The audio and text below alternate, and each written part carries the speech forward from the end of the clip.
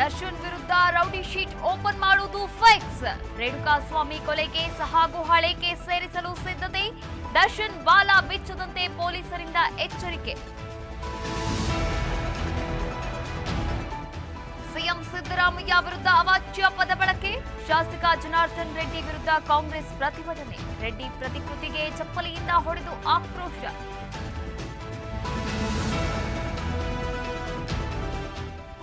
ಬೆಂಗಳೂರಿನಲ್ಲಿ ನೀರಿನ ದರ ಏರಿಕೆ ವಿಚಾರ. ನೀರಿನ ದರ ಏರಿಕೆ ಬಗ್ಗೆ ಚಿಂತನೆ ನಡೆದಿದೆ.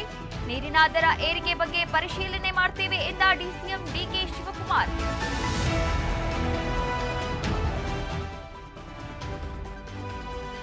ಜೂನ್ 24ರವರೆಗೆ ಪ್ರಜ್ವಲ್ ರೇವಣ್ಣಗೆ ಎಸ್ಐಟಿ ಕಸ್ಟಡಿ. 3ನೇ ಪ್ರಕರಣದಲ್ಲಿ ಕಸ್ಟಡಿಗೆ ನೀಡಿ ಆದೇಶ.